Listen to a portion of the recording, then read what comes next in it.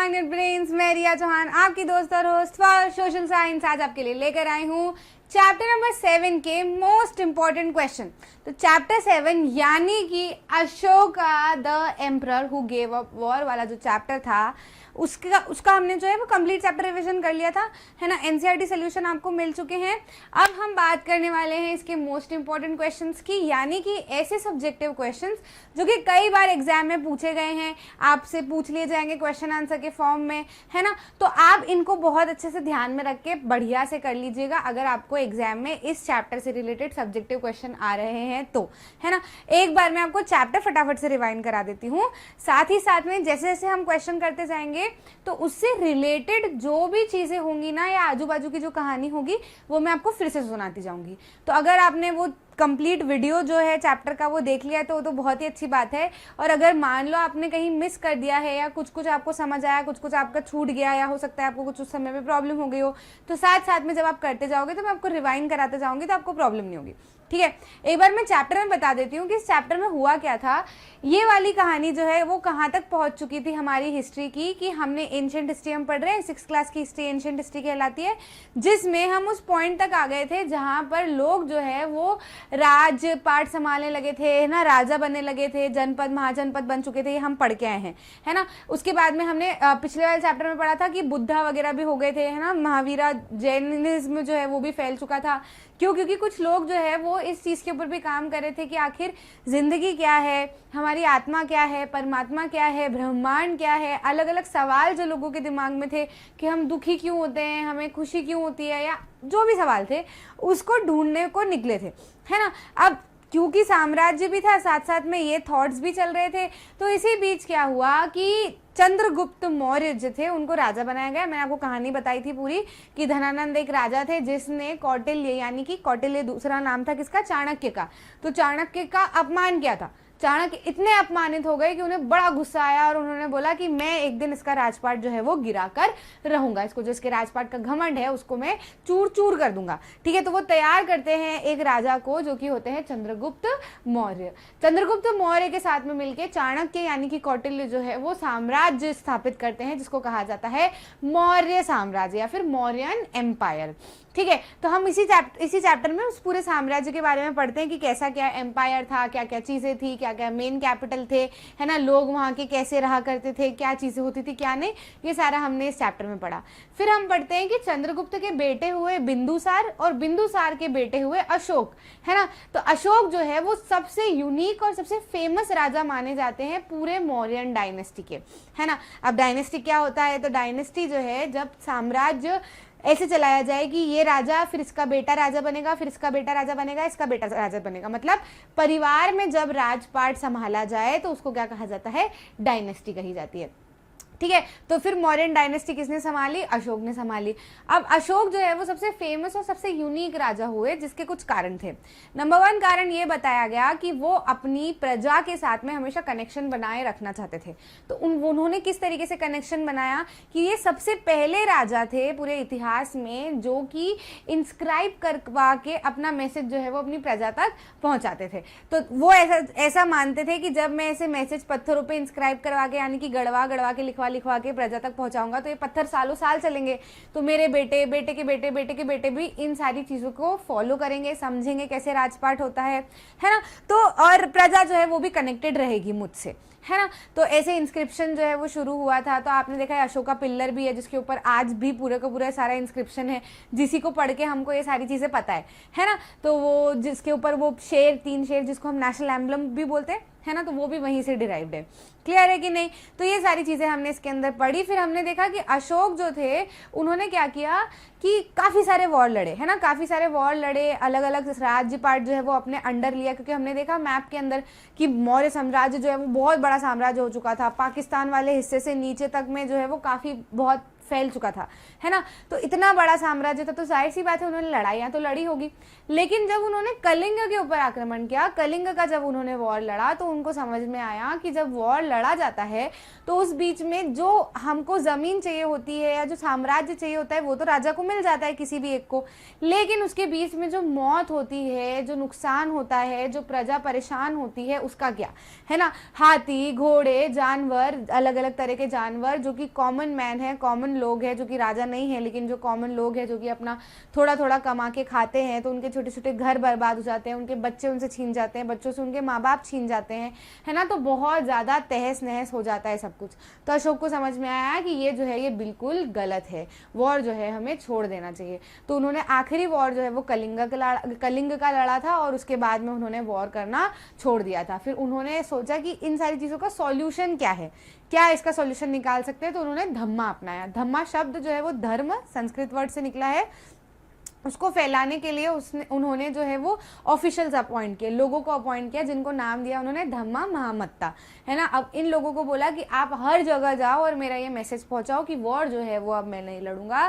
साथ ही साथ में हमको जानवरों के प्रति काइंड रहना है, हमको लोगों के प्रति काइंड रहना है, एक दूसरे की रिस्पेक्ट करनी है, और अगर किसी को जीतना है तो उसे प्यार से जीतना है, ना कि लड़ाई करके, है ना। तो ऐसी बहुत सारी चीज़ें उन्होंने सिखाई, उन्होंने अपने इंस्क्रिप्शन में लिखी और लोगों ने फॉलो की। काफ़ी ज़्यादा जो है वो फेमस हुए, इसीलिए अशोक द ग्रेट कहे जाते हैं और यूनिक रूलर कहे जाते हैं।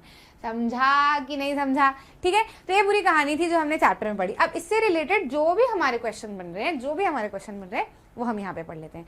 इसके अलावा भी अगर आपको कोई भी चीज़ पता हो अशोक साम्राज्य के बारे में, जो आपको आपके घर परिवार वालों ने बताई हो, या आपको कहीं और स्टोरी आपने सुनी है, तो ज़रूर से मुझे और बाकी जो दूसरे भी बच्चे हैं उनको बताना, है ना। चलो पहले क्वेश्चन की बात करते हैं। Number 1 question, name the Indian states which were outside the Mauryan empire during the reign of Ashoka.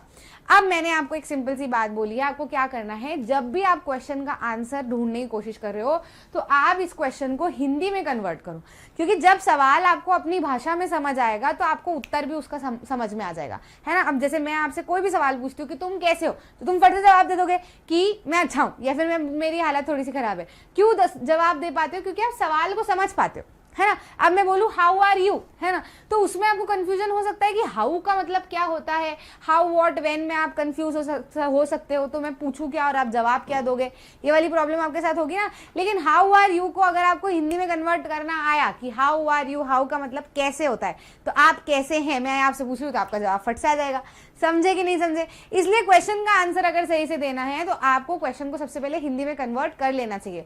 तो यहाँ ये क्या बोल रहे हैं, इंडियन स्टेट, ऐसे भारत के राज्यों के नाम बताइए जो कि मौर्यन एम्पायर से बाहर थे जब अशोका राज्य कर रहे थे, है ना। तो हमने देखा था, हमने चैप्टर में भी देखा था कि मौर्यन एम्पायर का ब्लू कलर का मैंने आपको मैप बताया था, है ना। तो ब्लू कलर के मैप में आपको ध्यान है कि ऑलमोस्ट सभी कवर्ड था, है ना, सब ही कवर्ड था। लेकिन कुछ ऐसे एम्पायर थे जो छूटे थे, लेकिन वो काफी छोटा रीजन था, है ना। तो कौन कौन से एम्पायर जो है वो अशोक साम्राज्य के अंदर नहीं थे या मौर्यन साम्राज्य के अंदर नहीं थे, या कौन से ऐसे राज्य है जो मौर्यन साम्राज्य के नहीं थे। तो उस समय पर डायनेस्टी चला करती थी, ऐसे पर्टिकुलर राज्य नहीं डिफाइंड थे कि ये ओडिशा है वगैरह वगैरह, ऐसे स्टेट्स वगैरह, तो ये तो हमने जब इंडिपेंडेंट हुए उसके बाद में डिसाइड किए, है ना। तो चैप्टर में हमको बताया है कि इंडियन स्टेट्स जो कि मौर्यन एम्पायर के बाहर थे अशोक के रूल के समय, रेन ऑफ अशोक, रेन मतलब राज्य, जब अशोका राजा बने हुए थे, अशोका जब राज्य कर रहे थे उस समय पे, तो तमिलनाडु का जो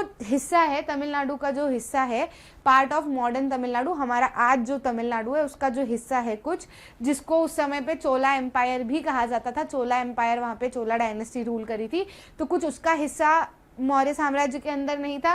साथ ही साथ में आज का जो केरला है उसमें उस समय पे जब चेरा डायनेस्टी रूल कर रही थी तो वो वाला हिस्सा जो है वो मौर्यन एम्पायर के नहीं था। बाकी जो है वो इंडिया का पूरा हिस्सा मौर्यन एम्पायर के अंडर आ चुका था जब अशोक रूल कर रहे थे, ठीक है। इवन इंडिया के अंदर का मतलब ये है कि आज का हमारा इंडिया जो है वो तो है ही, साथ ही में जो पाकिस्तान वाला हिस्सा जो पहले इंडिया के अंदर था वो वाला भी मौर्य साम्राज्य के अंदर था, ठीक है। मैंने आपको बताया था कि तक्षशिला से वो नॉर्थ वेस्ट रूल किया करते थे, है ना। याद आ रहा है कि नहीं आ रहा है? मैंने बोला था आपको क्वेश्चन के साथ साथ में मैं बाकी चीजें भी आपको बताते रहूंगी। क्लियर? अगले प्रश्न पे आ जाए। अगला क्वेश्चन क्या कह रहा है, who founded the Mauryan empire and when.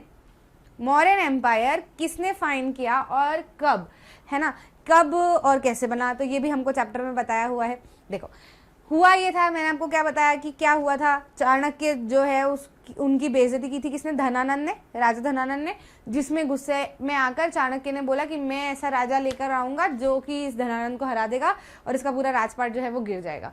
तो उन्होंने किसको लिया, चंद्रगुप्त को। चंद्रगुप्त को के ऊपर उन्होंने काफी मेहनत की और फिर ऐसे करके मौर्य साम्राज्य की शुरुआत हुई। तो चंद्रगुप्त मौर्य नाम आपने सुना ही होगा, है ना। तो चंद्रगुप्त मौर्य ने under the guidance of Chanakya, या फिर जिनका नाम कौटिल्य भी था, जैसे मेरा नाम रिया है या मेरा कोई दूसरा नाम भी रख दो आप, तो दोनों नाम मेरे होंगे ना, इंसान तो मैं ही हूँ। जैसे चाणक्य और कौटिल्य एक ही इंसान है ना। तो चाणक्य की गाइडेंस के अंदर चंद्रगुप्त ने मौर्य एम्पायर जो है वो सेटअप किया। कब सेटअप किया, आज से 2300 साल पहले, है ना, वो मैं टाइमलाइन पे आपको बता चुकी हूँ, ठीक है, क्लियर है। तो चंद्रगुप्त मौर्य जो कि अशोका के दादाजी थे, है ना, मैंने आपको क्या बताया कि चंद्रगुप्त सबसे पहले कौन थे मौर्य साम्राज्य में, चंद्रगुप्त, है ना। अपने वो एक सीरियल भी आता था कलर्स टीवी पे, ठीक है, सिद्धार्थ निगम जिसके अंदर अशोक था याद है कि नहीं, मैंने पूरा सीरियल देखा था वो। तो ये जो हमारी एपिक स्टोरीज होती है जो सीरियल के फॉर्म में बनाई जाती है, पिक्टोरियल, उनको देख के तो मतलब आपको बहुत सारी चीजें समझ में आ जाती है। भले आप ऐसे पढ़ोगे नहीं समझ आया, ऐसे आपने कुछ कोई सी चीज देखी नहीं समझ आए, लेकिन जो कहानी के तौर पे जो एपिक स्टोरीज है उनको आप जरूर से देखा करो, मिस मत करा करो, उसमें आपको बहुत सारी चीजें क्लियर हो जाएगी। चंद्रगुप्त के बाद में कौन बने भैया, बिंदुसार, है ना, याद है कि नहीं, जिसने देखा हो मुझे जरूर से बताना, या अपने भाई बहनों से पूछना जो मेरे बराबर के हैं, उनने जरूर से देखा होगा, ठीक है। बिंदुसार के बाद में जो है वो कौन रूल में आए, अशोक, ठीक है। तो ये तीन जो है वो रूलर्स हमको यहाँ पर बताए गए हैं। तो कब किया था उन्होंने मौर्य साम्राज्य सेटअप, आज से 2300 साल पहले। क्लियर, समझा कि नहीं समझा, एनटीएससी में आते हैं भैया ये क्वेश्चंस, बिल्कुल अच्छे से ध्यान रखिएगा, ठीक है। अगले क्वेश्चन की बात करते हैं, who supported Chandragupta and wrote अर्थशास्त्र। तो हिंदी में कन्वर्ट करते हैं, चंद्रगुप्त को किसने सपोर्ट किया और अर्थशास्त्र लिखी, है ना। तो ये सेम पर्सन होंगे जिन्होंने चंद्रगुप्त को सपोर्ट किया था और अर्थशास्त्र भी लिखी थी। तो मैंने चाणक्य के बारे में आपको बताया था, चाणक्य ने चंद्रगुप्त को सपोर्ट किया था और फिर इन्होंने मौर्य साम्राज्य बनाया था, है ना। साथ ही में चाणक्य की अगर आप बात करें तो चाणक्य की नीति बहुत फेमस है, मतलब वो इतने चतुर बुद्धिमान व्यक्ति थे कि उन्होंने सोचा कि पूरा का पूरा एम्पायर सेटअप कर दिया, है ना। इवन यही जो कौटिल्य या चाणक्य जो थे उन्होंने अशोक को भी गाइड किया था, मतलब वो उन्होंने 3 पीढ़ी में वो गुरु रहे, है ना। तो अशोक को भी उन्होंने गाइड किया था। और आप मतलब उनकी जो नीतियां, आप परिवार को लेकर देख लो या आप पैसों को लेकर देख लो या फिर किसी राजपाट को संभालने को लेकर देख लो, किसी भी चीज को लेकर देख लो, उनके जो थॉट्स थे वो काफी ज्यादा, मतलब अगर माने जाए तो आप लाइफ में बहुत कुछ एक्सेल कर सकते हो, ऐसा माना जाता था और आज भी माना जाता है। कई सारे लोग उनकी नीतियों को फॉलो करते हैं, है ना। तो चाणक्य नीति के नाम से भी चीजें जानी जाती है। साथ ही में वो नीतियां जो है वो उन्होंने अर्थशास्त्र करके किताब लिखी जिसके अंदर है ना। तो अर्थशास्त्र किसने लिखी थी, चाणक्य ने लिखी थी। तो अब ऐसा प्रश्न आपको एनटीएससी में भी आ जाता है कई बार, जब 10th क्लास में एनटीएससी के एग्जाम देते हो ना, तो उसमें आ जाता है कि किसने अर्थशास्त्र लिखी थी, या फिर चंद्रगुप्त को किसने गाइड किया था, है ना, या फिर चाणक्य ने कौन सी चीज लिखी थी या क्या लिखा था। तो अर्थशास्त्र ऑप्शन में रहता है। तो ऐसे अलग अलग क्वेश्चन जब हम फ्रेम करते जाते हैं तो चीजें बहुत आसान हो जाती है, फिर हमको एट दी एंड जब हम बड़े हो जाते हैं तो हमको प्रॉब्लम नहीं आती है। ये जो 6th क्लास की हिस्ट्री काफी ज्यादा इंपॉर्टेंट है, ये जो 6th क्लास की हिस्ट्री आपको बहुत काम आती है, आगे भी बड़ी कॉम्पिटेटिव एग्जाम देते हो ना आप, उसमें भी बहुत ज्यादा हेल्पफुल रहती है, ठीक है। तो आंसर में हम क्या लिख देंगे, Chandragupta was supported by a vice man, जो कि समझदार व्यक्ति थे, he was supported by a vice man जिनका नाम चाणक्य था या फिर जिनको कौटिल्य भी कहा जाता था। ही ऑल्सो रोट अर्थशास्त्र, ये वही थे जिन्होंने अर्थशास्त्र भी लिखी थी, ठीक, क्लियर है। आगे बढ़ जाएं, अगले क्वेश्चन पे आ जाते हैं। Explain the meaning of the word dynasty. Dynasty का मतलब क्या होता है या डायनेस्टी शब्द का अर्थ क्या होता है। तो मैंने आपको बताया कि जैसे मान लो कि मैंने कोई काम शुरू किया है ना, मान लो कोई बिजनेस शुरू किया। अब मैंने जब बिजनेस शुरू किया तो मैं आगे चाहूँ तो अगला सीईओ, मतलब मेरी मान लो मेरी कंपनी अच्छी बन गई है ना, तो आगे मैं चाहूँ तो मेरा अगला सीईओ जो है वो या तो मैं मेरे बेटे को रख लूँ है ना, फिर मेरा बेटा उसके बेटे को रख ले, उसका बेटा उसके बेटे को रख ले, तो इसको क्या कहा जाएगा, डायनेस्टिक रूल, कि मतलब मेरी कंपनी के ऊपर मेरे ही परिवार का हक है जो कि टॉप पोजीशन पे हमेशा रहेगा, है ना। लेकिन अगर मान लो मैं समझदार रही या मैं बुद्धिमान रही तो मैं क्या करूंगी, मैं ये भी कर सकती हूँ कि जरूरी नहीं कि मेरा ही बेटा रूल करे। मान लो कि वो गधा निकला, तो गधा इन द सेंस हो सकता है उसकी बिजनेस स्किल्स अच्छी नहीं हो, जो स्किल्स बिजनेस में चाहिए वो अच्छी ना हो, ठीक है। वो गधे शब्द को आप रिप्लेस कर दो बिल्कुल, नहीं तो मीम बन जाते हैं वही ठीक है। तो ऐसा नहीं है, जैसे कि मान लो कि मेरे बेटे को बिजनेस में इंटरेस्ट नहीं रहा, उसको किसी और चीज में इंटरेस्ट रहा, है ना, तो भाई इसमें तो बिजनेस स्किल्स चाहिए। तो हो सकता है कि मैं सोचूं कि चल ठीक है, तू तेरे को जो काम करना है वो कर, अपन कोई और जो व्यक्ति जो इस स्किल के लिए काबिल है उसको अपन रख लेते हैं, है ना। तो जैसे जो भी बड़ी बड़ी कंपनियों में आज होता है, लेकिन पहले ऐसा नहीं होता था। पहले क्या करते थे, पहले डायनेस्टिक रूल ही चला करता था, पहला वाला ऑप्शन, कि अपना बेटा अपना बेटा अपना बेटा, भले वो समझदार है, संभाल सकता है या नहीं संभाल सकता है, पर वही रूल किया करता था, ठीक है। तो डायनेस्टिक रूल का मतलब क्या होता है, जब member of the same family, जब सेम फैमिली के मेंबर जो है वो रूलर बने एक के बाद एक, one after another, family is generally called a dynasty, है ना। जब एक ही परिवार के व्यक्ति जो है वो एक के बाद एक रूलर बनते जाएं तो उसको क्या कहा जाता है, डायनेस्टिक रूल कहा जाता है या फिर डायनेस्टी कहा जाता है। जैसे कि मौर्यन डायनेस्टी या फिर गुप्ता डायनेस्टी, मौर्यन डायनेस्टी और गुप्ता डायनेस्टी में आप यही देखोगे, है ना। इवन जो अपनी मुगल एम्पायर था उसमें भी सेम चीज हमने देखी, क्योंकि परिवार राज्य ही था अधिकतर, है ना, ठीक है। समझ में आया, आगे बढ़ जाएं। Right the names of 3 rulers of the Mauryan dynasty, Mauryan dynasty के 3 रूलर्स के नाम बताएं, है ना। तो कौन कौन थे, अभी मैंने आपको बताया, मैं फिर से नहीं बताया, मैं छुपा लेती हूँ। अब आप बताओ छुप रहा है कि नहीं, हाँ छुप रहा है। अब आप बताओ जल्दी से, 10 9 8 7 6 5 4 3 2 1, कौन थे, जल्दी बताओ। सबसे पहले चंद्रगुप्त, उसके बाद में बिंदुसार, और उनके बाद में अशोक, है ना। तो ये रूलर्स थे जो एक के बाद एक राजा बने। तो 3 रूलर्स ऑफ मौर्यन डायनेस्टी व चंद्रगुप्त, बिंदुसार एंड अशोक। क्लियर, आगे बढ़ जाएं, नेक्स्ट क्वेश्चन पे आ जाते हैं। How is an empire different from other kingdom, empire दूसरे किंगडम से कैसे अलग होता है। तो देखो मैंने आपको एग्जाम्पल के तौर पे बताया था वो रिवीजन वाले वीडियो में, मैं आपको फिर से बता देती हूँ, ठंड लगने लगी ना, ठीक है, फिर से बता देते हैं।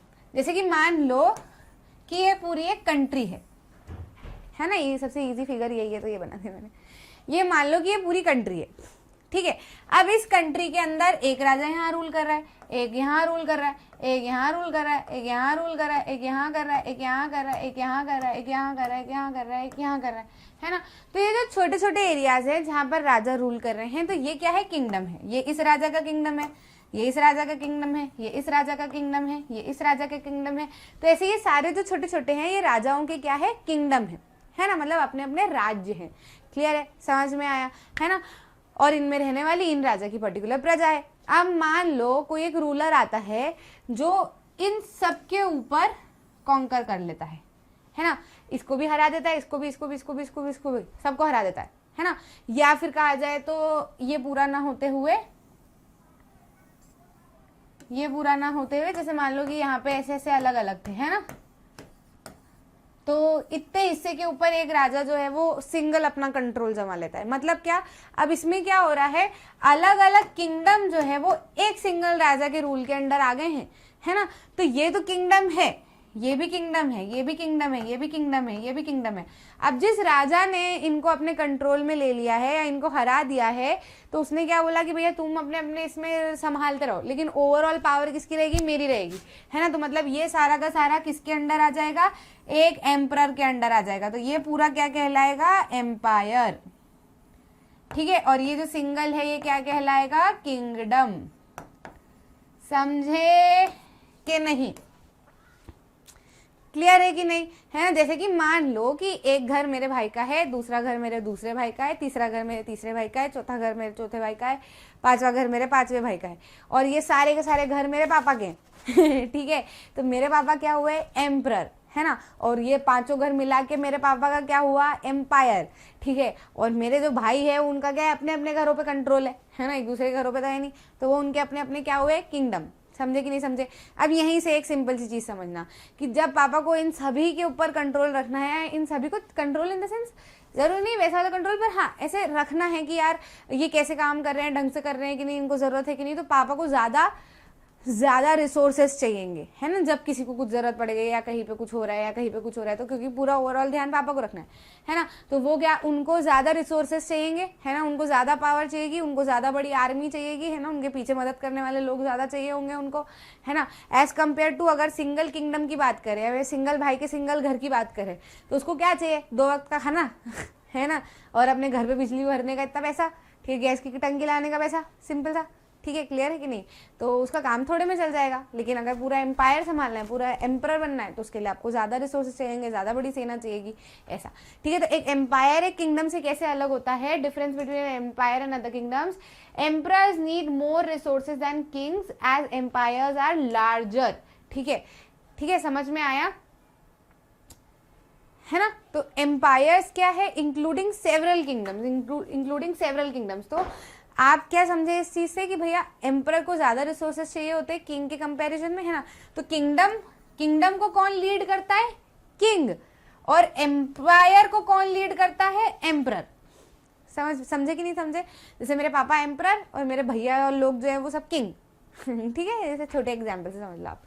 तो एम्परर को ज्यादा रिसोर्सेज चाहिए होते हैं एज कम्पेयर टू किंगडम, क्योंकि किंग जो है और किंगडम जो है वो छोटा होता है एज कम्पेयर टू एम्पायर, है ना, एम्पायर के अंदर बहुत सारे छोटे छोटे किंगडम्स होते हैं, ठीक है। Need to be protected by big armies, उनको बड़ी आर्मीज से प्रोटेक्ट करने की जरूरत होती है।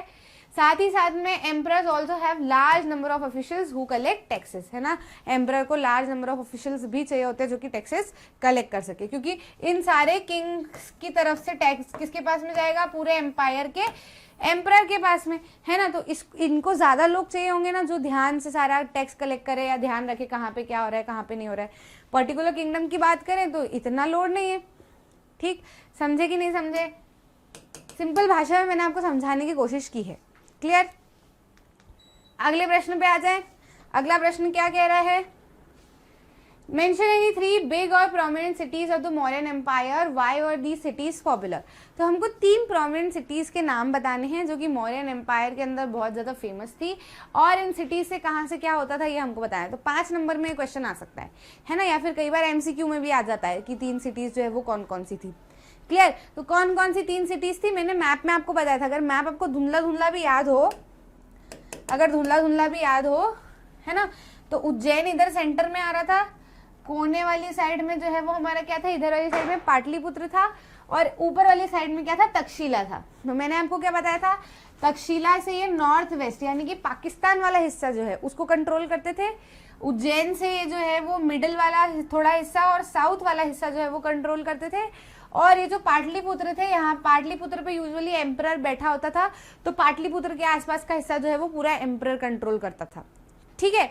तो यहाँ पर 3 बिग प्रोमिनेंट सिटीज बताई गई है मौर्यन एम्पायर की। नंबर 1 क्या लिखोगे, पाटलिपुत्र, जो कि कैपिटल था मौर्यन एम्पायर का।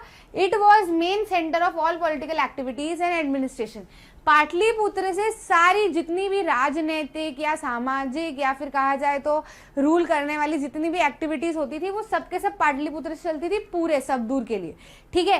साथ ही में तक्षशिला की बात करें जो कि आज मॉडर्न पाकिस्तान के अंदर आता है, वहां की अगर हम बात करें तो वो गेटवे था to north west including central Asia, है ना। यहाँ से जैसे अगर आपको सेंट्रल एशिया की तरफ जाना है या फिर नॉर्थ वेस्ट की तरफ जाना है अपने ऊपर की तरफ, अब तक्षशिला जो है वो पाकिस्तान के अंदर आता है, ठीक है। तो ये जो है एक रास्ता था उधर की तरफ जाने का, तो इसको भी इन्होंने कंट्रोल कर सकता था, कर रखा था, और मेन सिटी थी ये, है ना। उज्जैन जो है वो रूट में आता था फ्रॉम नॉर्थ टू साउथ। अब जैसे तक्षशिला से निकले इधर की तरफ जाना है तो उज्जैन रूट में आता है नॉर्थ से साउथ की तरफ, है ना। ऊपर ये क्या है, नॉर्थ है, और नीचे क्या है, साउथ है, और इधर ईस्ट है, और इधर की साइड में क्या है, अपना वेस्ट है ना। तो नॉर्थ से साउथ की तरफ उज्जैन रूट में आता था। तो जो मर्चेंट्स थे, ऑफिशियल थे, क्राफ्ट पर्सन्स थे, है ना, ये जो है वो सारे के सारे इन सिटीज में अलग अलग जगह पर रहा करते थे, क्लियर है।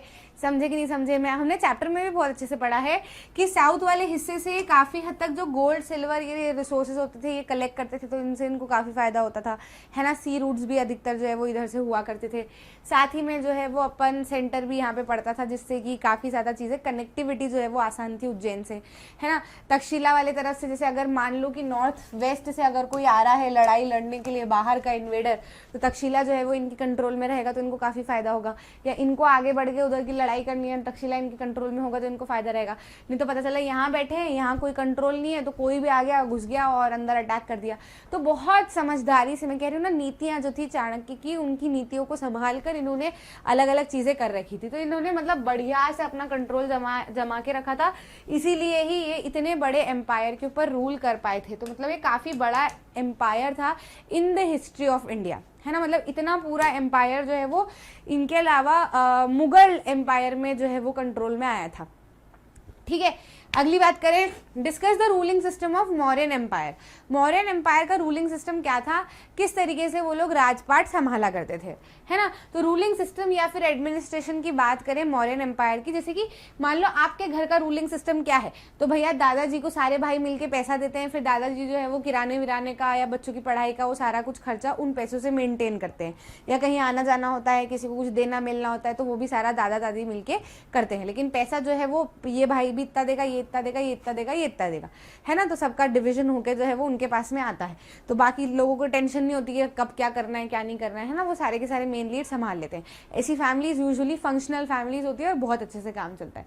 ठीक है, तो ये क्या है, ये एक रूलिंग है या फिर एक एडमिनिस्टर करने का एक तरीका है, वो सब फैमिली का अपना एक अलग अलग होता है।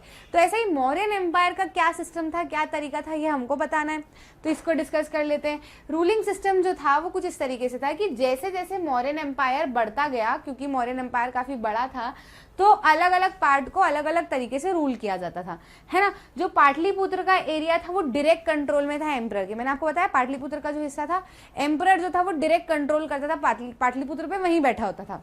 ठीक है, इसका मतलब ये है कि जो ऑफिशियल्स थे उनको अपॉइंट किया गया था टैक्स कलेक्ट करने के लिए, फार्मर्स से, हर्डर से, क्राफ्ट पर्सन से, ट्रेडर से, विलेजेस से, टाउन से, है ना। तो अलग अलग जगह पर ऑफिशियल्स अपॉइंट किए गए थे कि भैया वहां से टैक्स तुमको कलेक्ट करना है, वहां से टैक्स तुमको कलेक्ट करना है, वहां से टैक्स तुमको कलेक्ट करना है।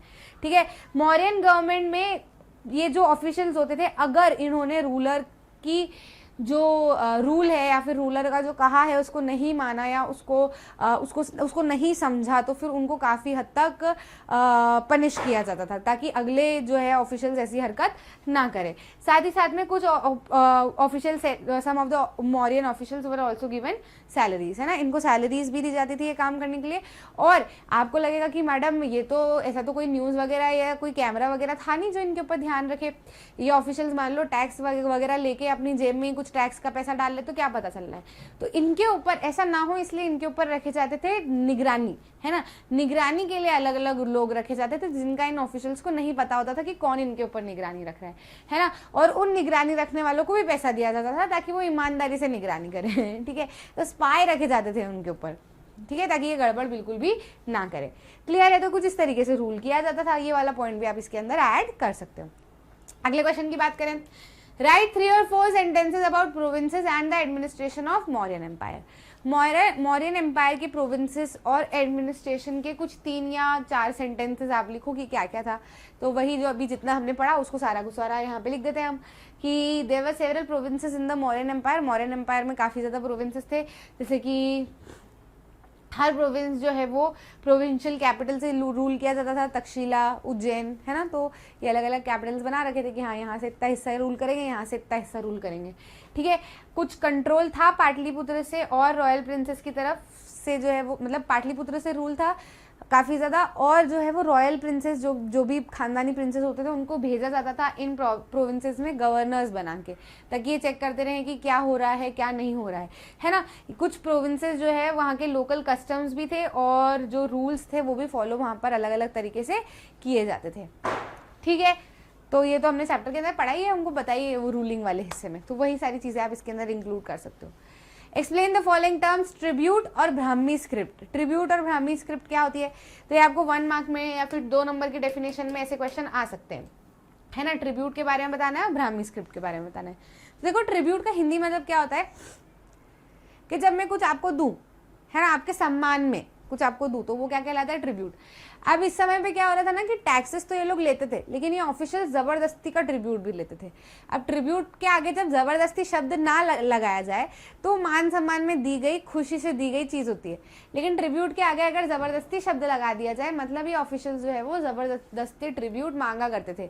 कई बार तो कोई दिल से देता था, कई बार ये लोग जबरदस्ती हड़प लिया करते थे, है ना। तो टैक्सेस से थोड़ा अलग ये ट्रिब्यूट जो है वो रेगुलर बेसिस पे कलेक्ट होते थे।